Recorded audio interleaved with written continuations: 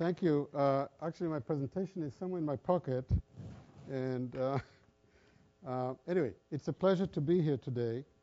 And I'll tell you what, I guess, unless I can,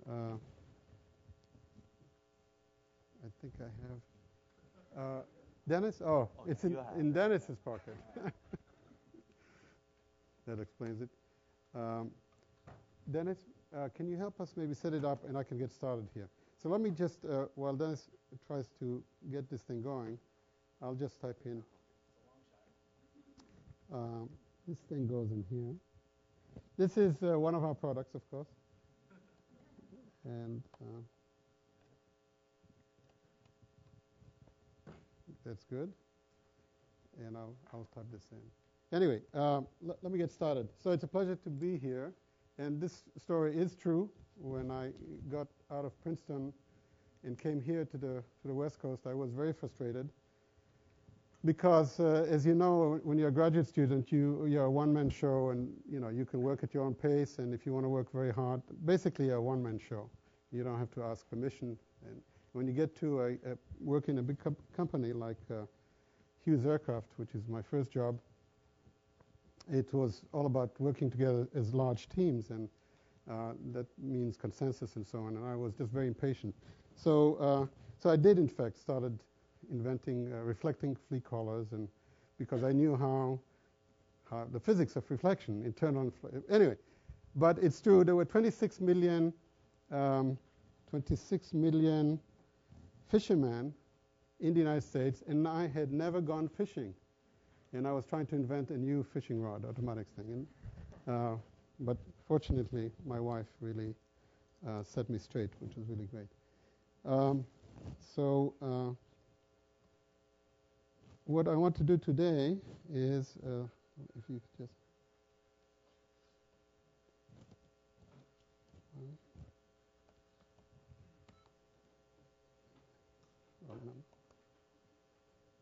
You know what? I'm just going to do this thing without. So there are a few slides that I really wanted to show you, but I will do without it.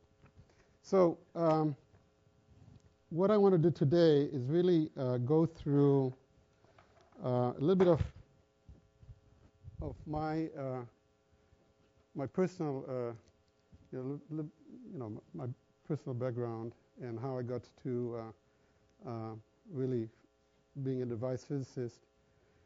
At a great place like Princeton. Princeton still is just a wonderful place, and I was very fortunate coming from Israel initially in '69 with about $1,000 in my pocket, and got the most incredible education, an opportunity that you can only get in the United States, in America, under a research scholarship.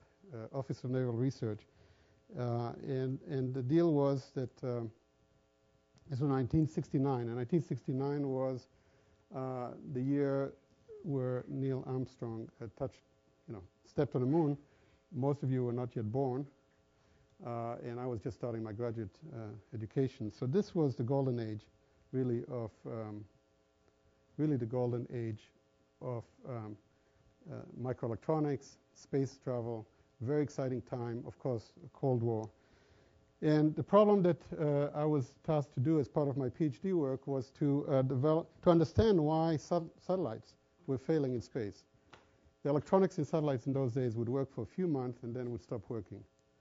And this had to do with radiation, space radiation, and it was also well known that if there was any way that any satellites, spy satellites, could be disabled very easily by just detonating a nuclear bomb in space, and just the radiation would disable all of those. So basically, all your eyes would disappear.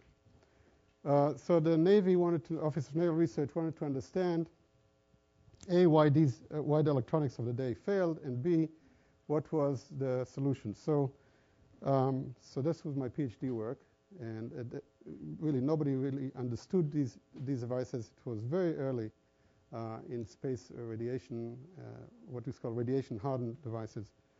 Cut a long story short, I was working with David Sarn of RCA Labs, which was next to Princeton. And they had gotten a very big program from the Navy to develop all kinds of samples for me to, I developed a new kind of technique to try to understand the phenomena. And there was a material that was used in semiconductor devices in those days that was very good for withstanding space radiations.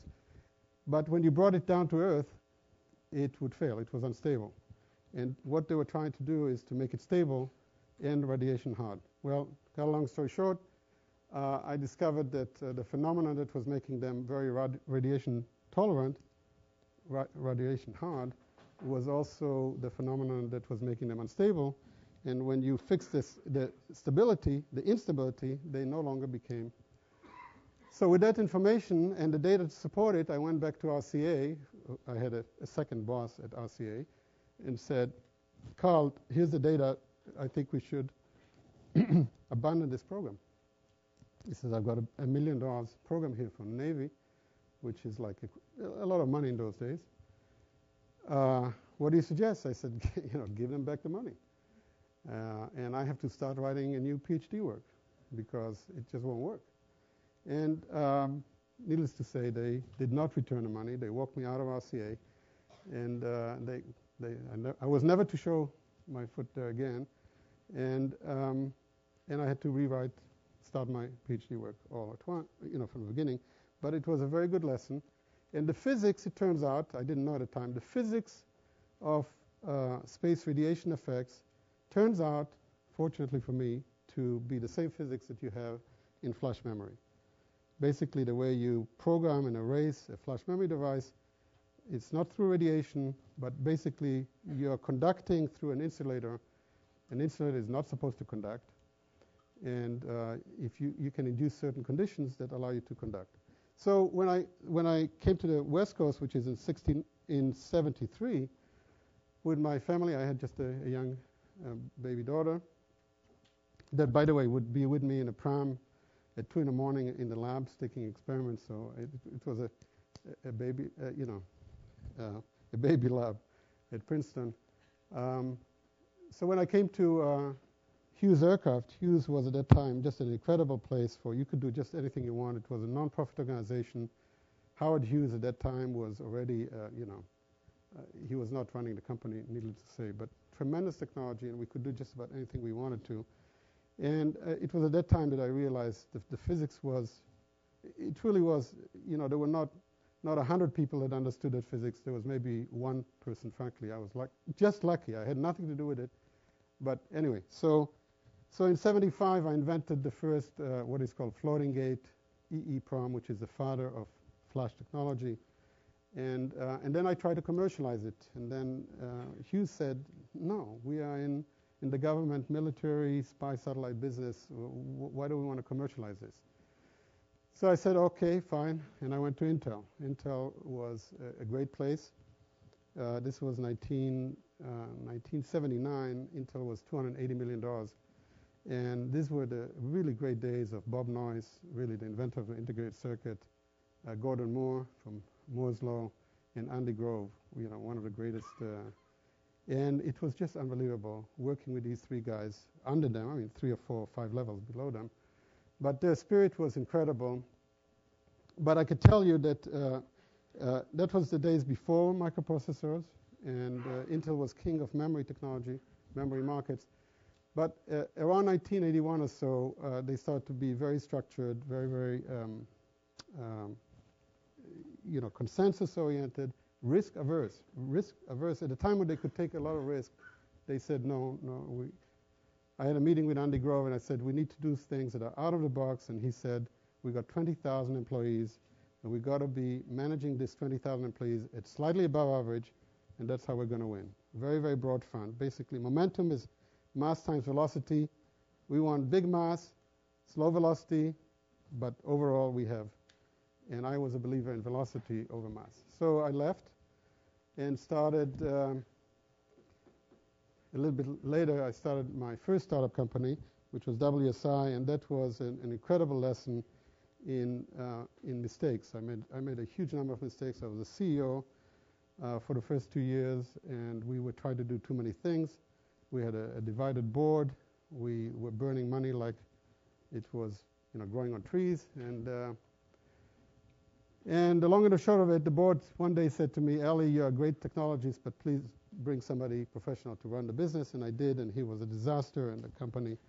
And eventually I left, but I learned really a lot from those mistakes. These were golden mistakes. So it was no fun, I can assure you. It was very frustrating. But those mistakes came in very handy when I started SanDisk. So one lesson that you can learn is, making mistakes is very valuable.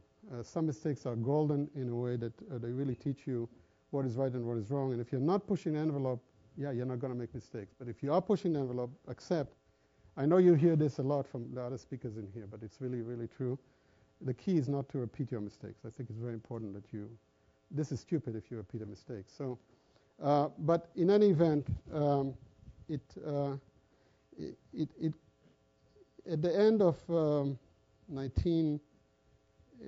this was 1988, I had basically got fired from my first startup. And the board said, "We love you, Eli, but the CEO is okay, and we can't have the two of you guys fighting all the time." So I said, "Fine," I quit. And 43 years old, and had to start all over again. 43 is not particularly after failing, it's quite difficult. So you have to, and you're on your own. You're kind of alone, but it was very challenging. I mean, I was always inspired by adversity, and I really had learned some of these mistakes. And one of the mistakes I learned was that, frankly, you need to have very good people with you, the team that starts the company.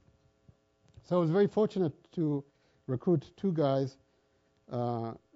I was the device guy. I got a design guy, memory design guy, and a process guy. And those three guys are still with the company today. One of them is our president and COO. The second one is semi-retired. He was our chief technologist. So very unusual, really, for a startup company where the three founders, 18 years later, are still running the show and having a lot of fun along the way. And every step of the way, everything we did was new to us. Really, we were technologists, complementary skills, very shared values, very high integrity. Tell it like it is. Tell us the bad news first. No substitute for hard work. Basically, focus on the business. Do one thing and do one thing well. Don't think. One mistake that startup companies make, and I made this in my first startup, is your chances of success in anything that you do is maybe 1 in 10. If you're really good, it's 1 in 10. So if you do two things, maybe it's 0.1 plus 0.1, 0.2. You're increasing your chances from 10% success to 20%. In reality, it's 0.1 times 0.1. You dramatically reduces your chances of success if you think that you can do two things well. And if you have the resources, then do the one thing twice as good, because frankly, the odds are against you succeeding. So anyway, we said, all right, let's start this company that is going to do solid-state disk. Solid-state disk was, basically take a disk drive and develop it in flash memory. Well, the flash memory in those days was 256 kilobit memory, and 256 kilobit memory was sold by Intel.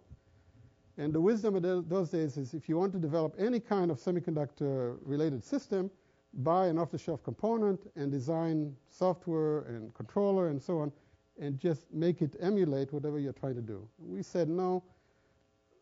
Really, through understanding what was available in the flash memory and through talking to a lot of customers, it was very clear to us that what was available off the shelf just would never work. So so basically it required that we develop from the scratch a completely new architecture for flash memory that emulated physically a disk drive. A disk drive works by sectors, with headers, with error correction and all that. We mimicked that architecture entirely in hardware on the chip. But nobody would make it for us. So we had to go to AT&T in Allentown, and we convinced them, together with Western Digital, who was a disk drive manufacturer, to help manufacturing it for us.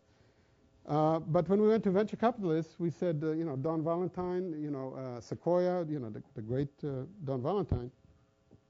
We said, this is what we want to do. This is the business plan. And he said, I like your market. I see your vision. I understand what you're doing. But I want you to go and buy off-the-shelf components from Intel, the whole thing. Develop the thing off the shelf, because I don't want you to waste your time trying to convince me that you can do a better job than Intel on making flash chips. And that's the condition for my investment. And we said, thank you very much. And we didn't take his money, and we stayed to our conviction, because basically we were going to lose 2 or 3 years doing what he said. Turns out that Intel later on, trying to displace us, to kill us, did exactly that. And what they did was they teamed up with Corner Peripherals, and Corner Peripherals was the disk drive manufacturer of those days. And they were going to take an off-the-shelf Intel flash component, develop the controller with Corner Peripherals understanding, and kill SanDisk. Well, it didn't work, because exactly what we said. You just can't, if you're a physicist, one thing you understand is the laws of physics are inviolate. Really, you cannot argue with that truth. A law of physics really does mean, for the same reason that it works on Mars or anywhere in the galaxy or outside the galaxy, it won't work to go around it. Okay, so that's the truth. And we said, no, the current architecture, because of all the problems, the physics problems of flash memory, it won't work. We were right, of course. It took them 6, 7 years longer, and frankly, this happens very, very often with large companies, that they're so powerful, they believe so much in their own crap, in their own propaganda. And they look at facts, we look at the same facts, and we come to one conclusion and they come to another. And they say, what we don't see, we'll brute force our way through it. We have enough power behind it. We've done it enough times. Okay, well, Moore's law at a certain point in time comes to a stop. Okay, and you need to know where it comes to a stop, or because it's not obvious, because it doesn't come to a stop instantaneously, it actually, slowly. And it's like a frog. If you want to kill a frog without feeling it, put him in water and slowly raise up the temperature, and he feels very comfortable. By the time he realizes it's too late. And of course, if you drop him in boiling water, he'll jump out. Well, so we realized sometimes ahead this was, and in fact later on, a lot later on, 10 years later, we came to the conclusion that the technology that we had developed, in fact, was coming to an end. This was NOR flash, and we had to transform our entire technology to NAND flash, and that was very, very painful. In any event, so our first project was to develop the flash chip, which was a 4.7 megabit chip, and develop the controller. IBM came to us and said, hey, we've got this, really, we came to IBM, this grid pad. The first grid pad was actually a pad. You wrote in it. There was no keyboard. That's how they took that grid pad. And they said, we're using today, this was 1989, and they said, we're using this 2.5-inch disk drive from Corner Peripherals. And you see, inside here you have a rotating disk, and outside you have what is called a controller. All those chips in the back are controller. And they said, we're using this, but when people hold this grid pad, when it drops and so on, we lose the data. Can you develop a device just like that that will be solid state, no moving parts, which is flash memory? He said, sure, of course. So, so we did, in fact, develop that. And actually, we beat out Intel and TI for this thing. We were 35 people in the company, and IBM had 43 people working on this product. This was our first product. It was plug-and-play replacement for the IBM, for the Corner Peripheral 20 megabyte. It was 20 megabyte. Same connector, off-the-shelf components for the controller with our own firmware, but the flash memory itself was good. Was our own. The eject mechanism was this. I mean, that tab is the eject mechanism. This was a 10 megabyte card, and we sold that for $1,000. $1,000 for 20 megabyte, that's $50 per megabyte. $50 per megabyte, and just to tell you what we're selling today, that $50 per megabyte is about 2 cents per megabyte. 2 cents is 2 cents versus $50. What is it? 2,500 times lower cost. And this is a 2 gigabyte micro SD, and this could store about 32 CDs, music CDs.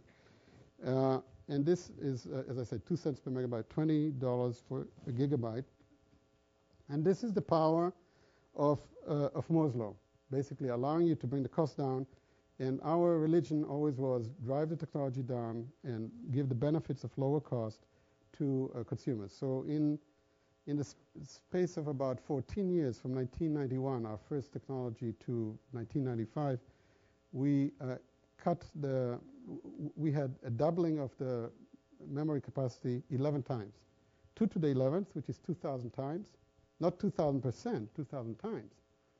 And with that, we were able to create completely new markets, because consumer electronics is totally driven by cost and by price. And if you create new markets, if you want to create new markets, you really have to drive the cost down and get the benefit of that lower cost to our customers.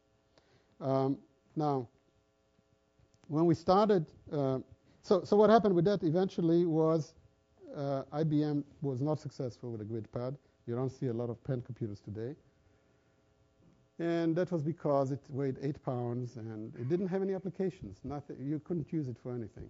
And they gave up, and of course at that time they were kings. This is Boca Raton and the Vision, and then Apple came along and they kind of started declining. So they came to us and said, sorry, we're canceling the program, thank you very much. We said, not so fast. We got an order for 10,000 units here, and our future depends on this thing. And if you shut us down, we are dead. There's no question, no ifs, buts, and maybes. So they were kind enough to take the order, pay us, which was really very, very important for us. And eventually we bought it back from them for 10 cents on a dollar, and we resold it, of course. But the history, our history is that we had really lots of setbacks, a lot of, when we were a one-person company, I went to Kodak. Kodak said, Kodak had, this is 1988. Kodak was at its prime. Kodak had the best technology in the world for digital imaging. There were only 2 companies that had charge-coupled device imaging. That was Kodak and Sony. Kodak's in-the-lab technology was superior to anything out there, and they knew they really had the technology down pat for digital cameras, 1988. But this was a threat to their main film business, and they were trying to do everything possible to ignore it and hope it'll go away. And they didn't have a film. The concept of a digital film was a floppy, and a floppy was just not going to make it. So we said, here's this flash memory. Let's go and make this flash memory into a card, and it'll be a film. And we spent a lot of time. We taught them about flash memory, and then they said, okay, we'll support that, but we want an exclusive. We want a 3-year exclusive. We'll fund you. We'll jointly develop the technology with you, but you can't talk to anybody else for the next 3 years. It's ours and yours. For digital cameras, you can do computers and anything else you want. And we thought about it very, very hard, and we declined. We said no, even though this is very, very powerful to get Kodak behind us at such an early stage.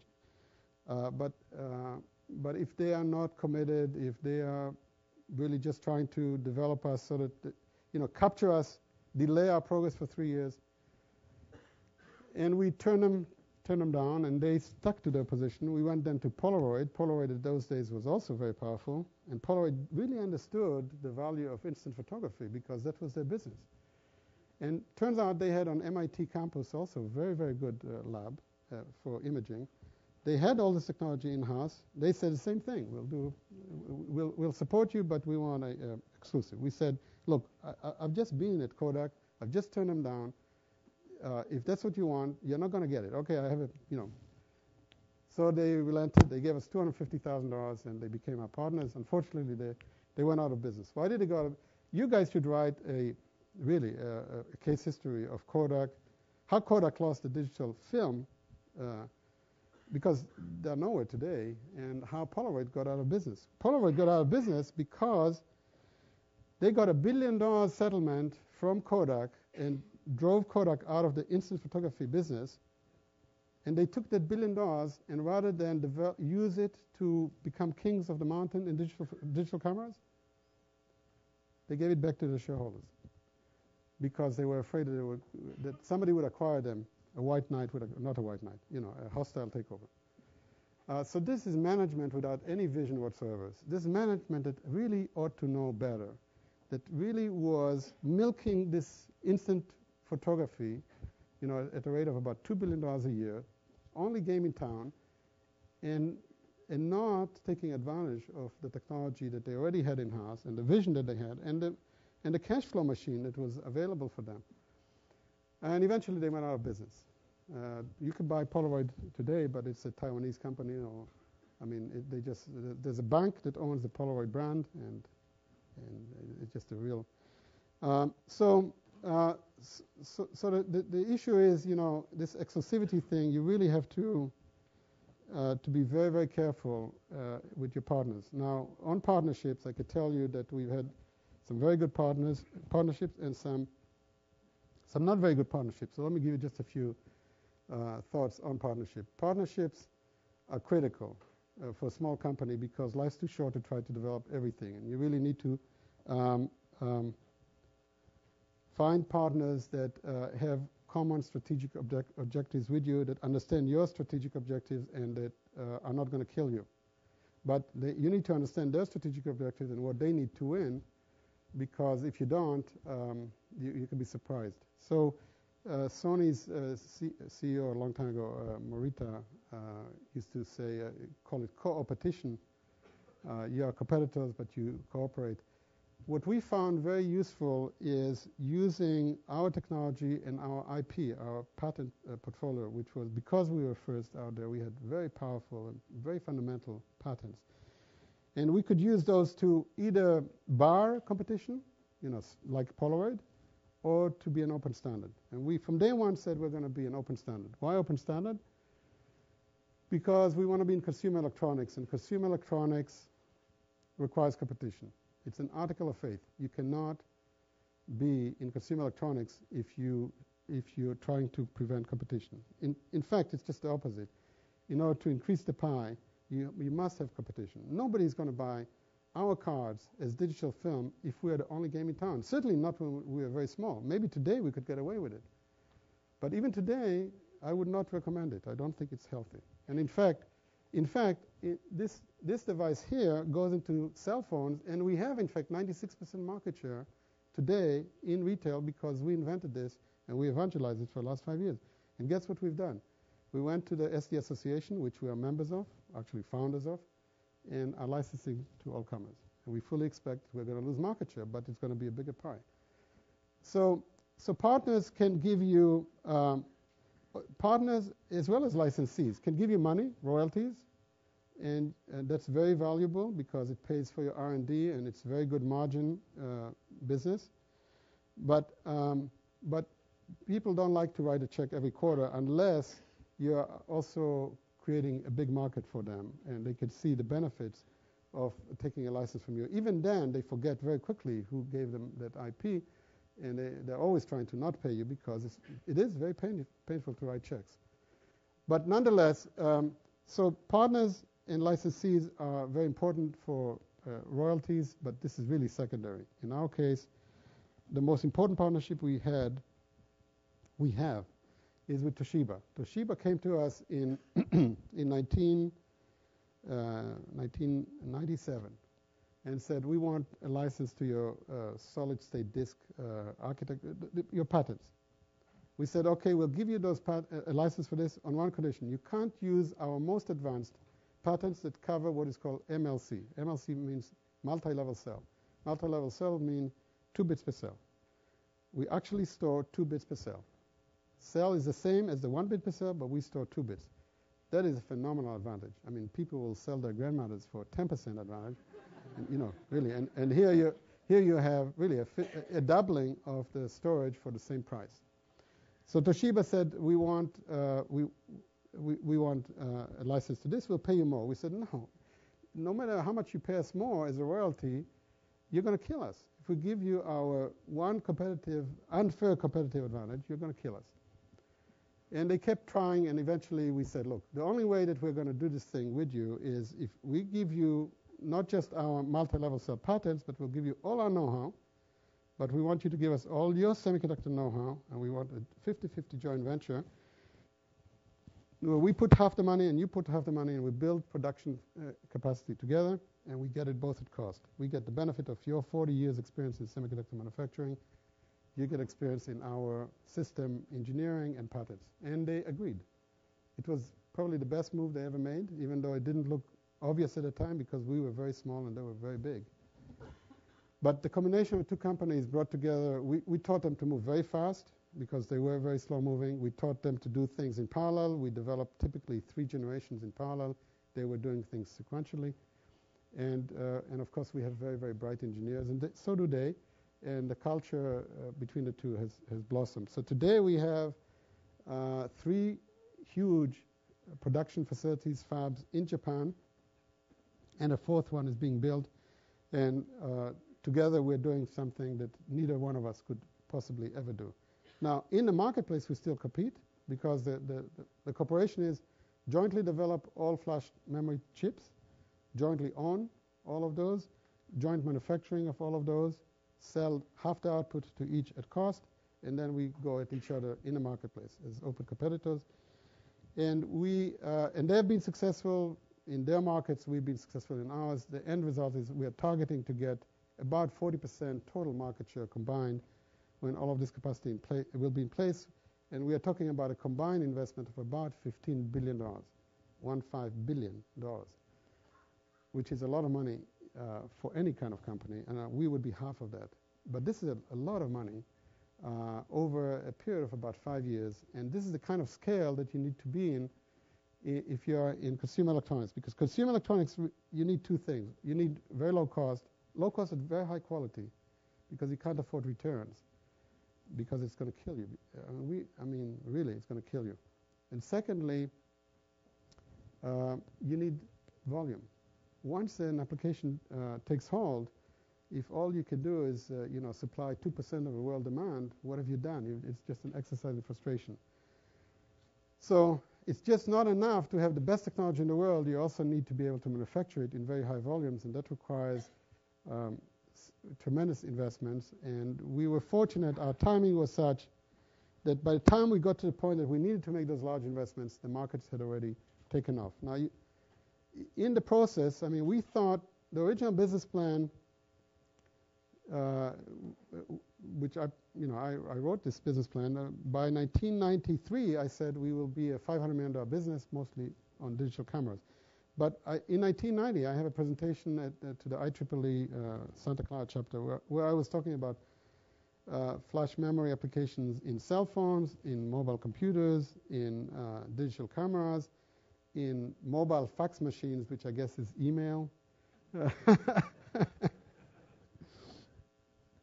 So really, we really saw those applications, and it was very interesting because in 1988, the smallest portable computer was a luggable computer that weighed 30 pounds. And we extrapolated that from 30 pounds, by 5 years later, it'll be 1 pound, and it will need a disk drive, and no disk drive would fit into a 1 pound handheld computer. So we were right about the handheld computer. Turned out, but we were wrong about, and we had the right product for it, frankly. But this was the Apple Newton, which of course was a dud. The Go computer, which was a dud. The EO, which was a dud. The Casio Zoomer, which was the predecessor of Palm. Jeff Hawkins was the guy that came up with that.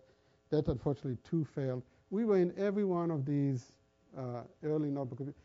I'm telling you, you could write, the history of SanDisk is the history of every one of these startups that was going to build a small gadget. We worked with all of them, and the vast majority of them failed. So by 1993, digital cameras were not there. Our sales were $20 million a year. Our burn rate was... So luckily, Seagate decided to invest $30 million, and Al Shugart, the legendary founder, joined the board. And that was the great thing, really a great thing he did. Al Shugart always used to remind me, when you're deep in a hole, stop digging. And that's one of the best advice that I could give you. You just need to recognize that you're deep in a hole. And a lot of people don't recognize that. And stop digging and just try to climb out. Anyway, so 1993, I attended a lecture by, what's the name?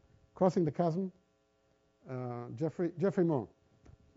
Anybody doesn't know here? Who knows about Crossing the Chasm? Okay, all right.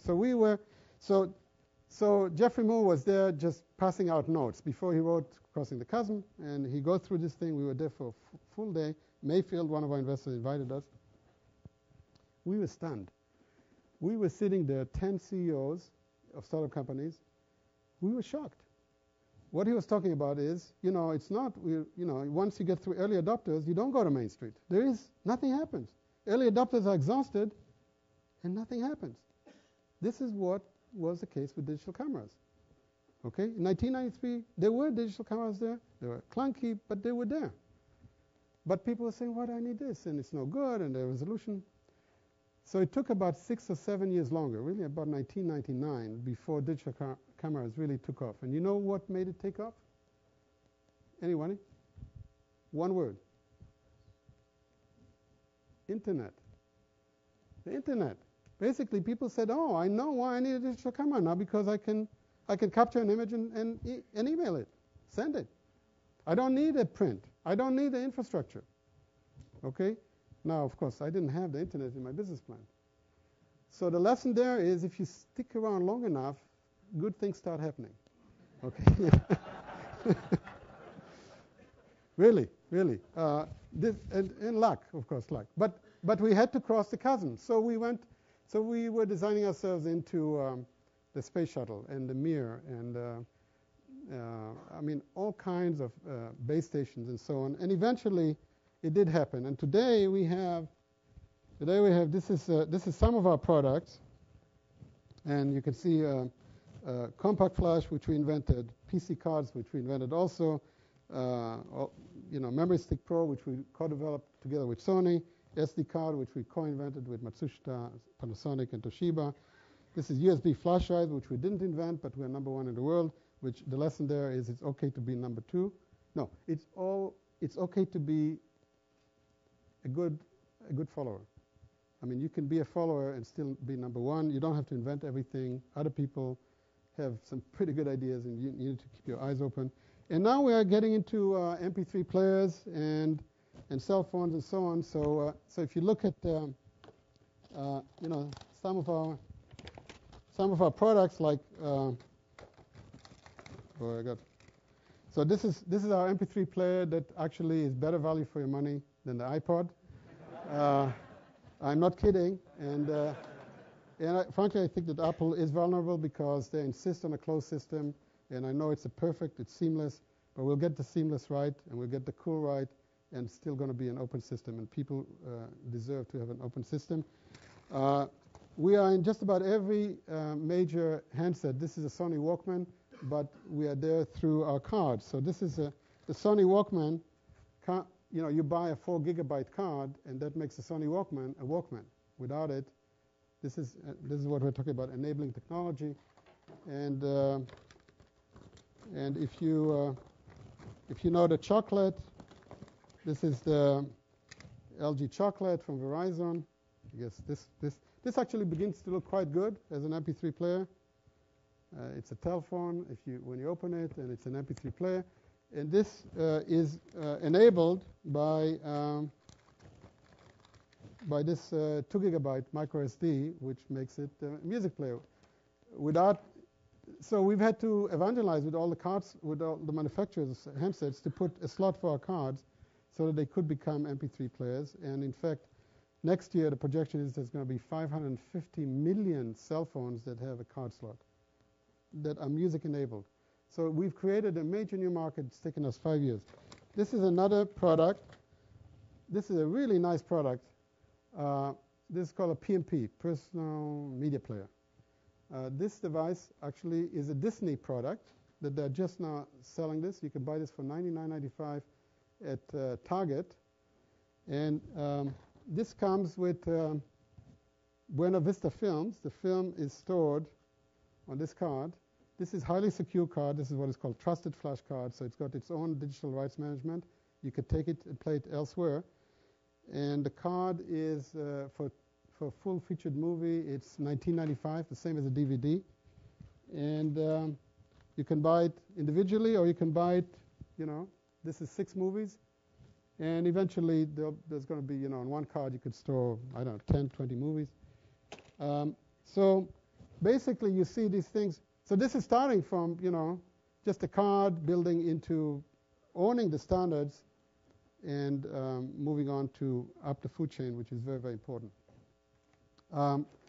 So in general, I could tell you that things are just starting. I mean, we're just really very, very early.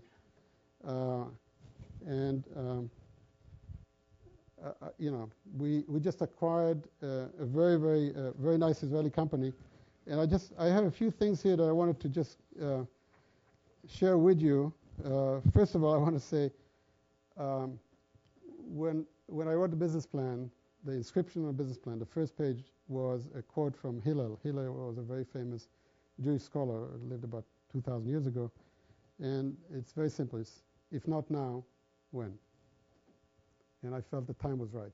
And I'm telling you the same thing. If not now, when? For you guys. Because I think that you are facing now the beginning of a golden era again. Because when I started, I think it was the beginning of a golden era. But I think that this is really a fantastic time. You were born just at the right time. You're in the right place. You've got all the skills. There's going to be about 1 billion new consumers in the next decade that want these products. You're going to have phenomenal innovation, and you'd better figure out how to play in that, how to harness it. I think the world is going to become very, very complex, and the business models that exist until today will no longer apply. And those of you who can adapt those business models and play a role and leverage the competitive tide, and because it is a brutal competition, are going to do very, very well. I think really it's as good a time as any to be an entrepreneur, but you really need to figure what is your competitive advantage, unfair competitive advantage, because if you think that you're going to be the 17th company that's going to do YouTube, I don't think it's going to work. I think my advice is, whatever you do, make sure that you have good partners that you trust, that don't crack under stress, because you're going to have a lot of stress, and that are honest and tell you the truth. That's what honest means.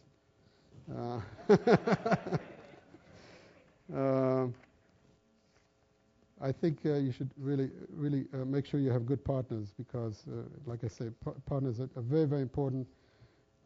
Industry experience, in my opinion, is not that critical for being in a good position. It helps, but it's not that important. Team player is very, very important.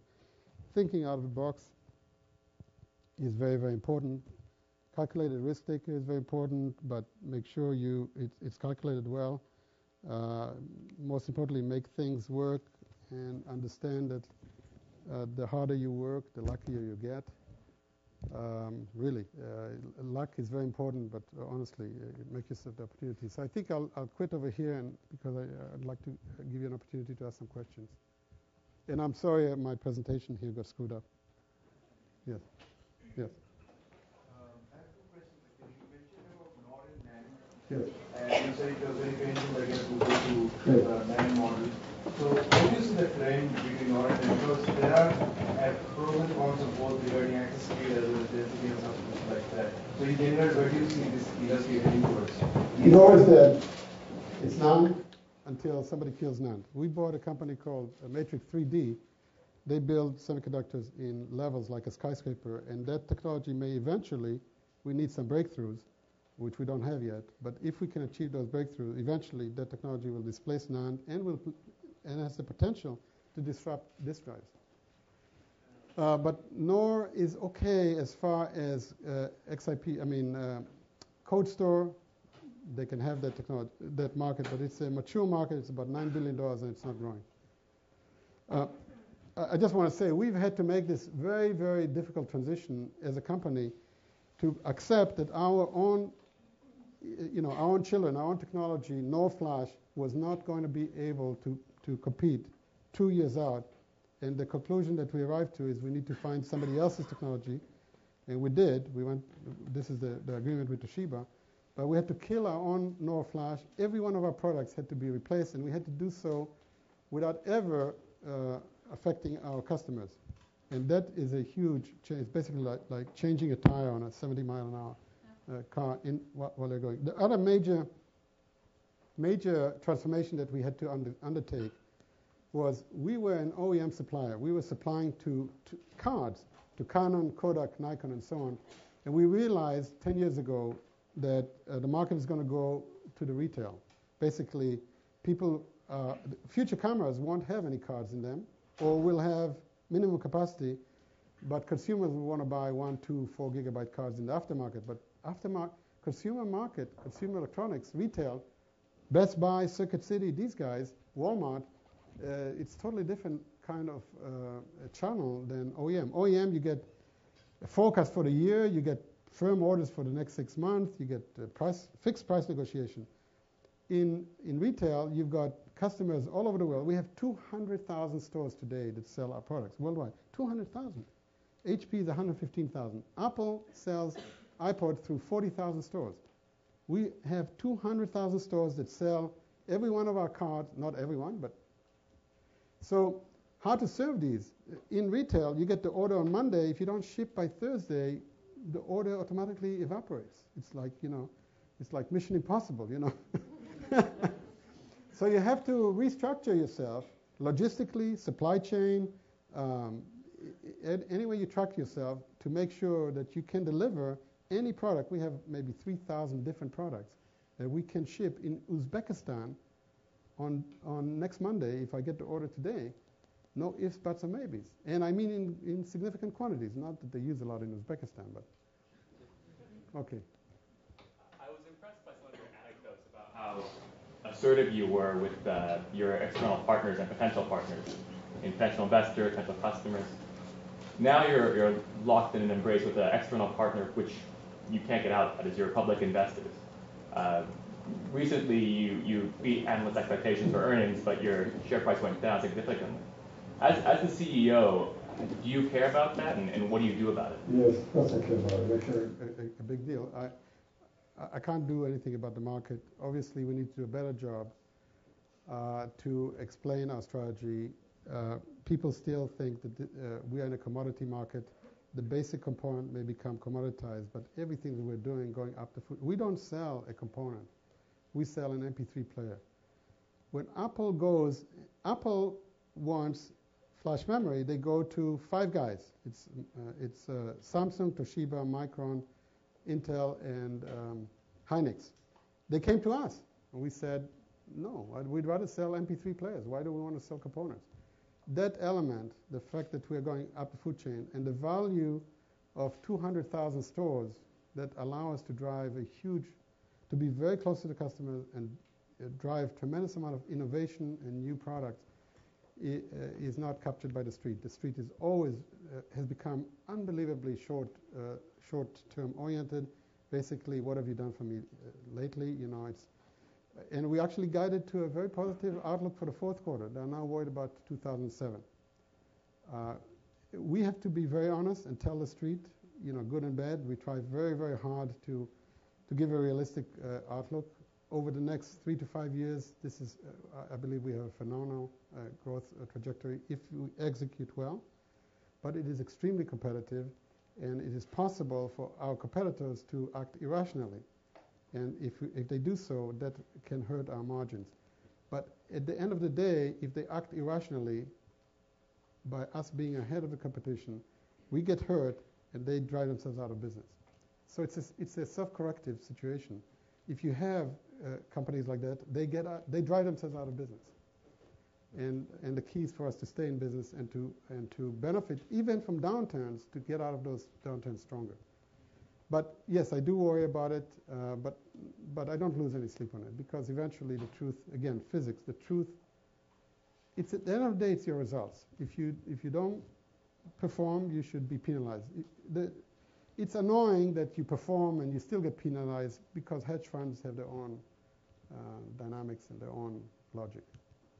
And there is a lot of that. There's all kinds of shorting and things. Well, you started getting into pursuit after Apple in the players in the MP3 players market, and at the same time, there's a big portion of your business in the handset business, and ultimately, the MP3 player market will go into the handset business. They'll converge at some point. But at that time, would you go into the handset business, knowing that a lot of your partners are already there? It's a very good question. First of all, I do believe that the handset will become the convergence device for MP3, for cameras, for video, for television, and so on. And we're going to enable a lot of that through the storage. We're going to be the TiVo in the handset, or the MP3 in the handset. Whether we have to be in the handset market itself, we're a very trusted supplier to Nokia, to Sony Ericsson, to Motorola. So it's a question, do we need to be there? Apple needs to be there because they see that it's going to go into handsets. We don't need to be there because we sell. I'll be very happy selling all day long to every one of these MP3 slots in a handset. I'll win out of this. But eventually, handsets 5 years from now will be very different than now today. They could be totally driven by Wi-Fi networks and not what we see today. And in that case, we may just be in it without even realizing it. Okay, but won't this kill the MP3 products that you have now? Yeah, I'd rather I'd rather eat my own children and have somebody else eat them for me. My daughter invented the name SanDisk, and she's going to watch this video. So no, Michelle, I didn't mean that. And David, yes. Yes, one more question. Yes. How critical was, especially at the early phases, you had a very specific technical knowledge of the product? How critical was it, do you think? I mean, could have somebody else done the same thing without? No. It was so specific. There was nobody else that could do it. I don't mean to sound immodest, but no, there was no. And in fact, there was a lot of discussion, a lot of talk, and I tried to get it. I tried to get that concept started at Intel when I was there, and this is when Andy Grove said, no, we're not going to do it. We don't know. It's too risky. But the physics was known, but the implementation required tremendous tenacity and unbelievable conviction. And the same is true conviction with the street or conviction. So one advice is, stick to your convictions. No matter how painful they are, stick to your convictions because anyway. Okay, thank you very much. Thank you.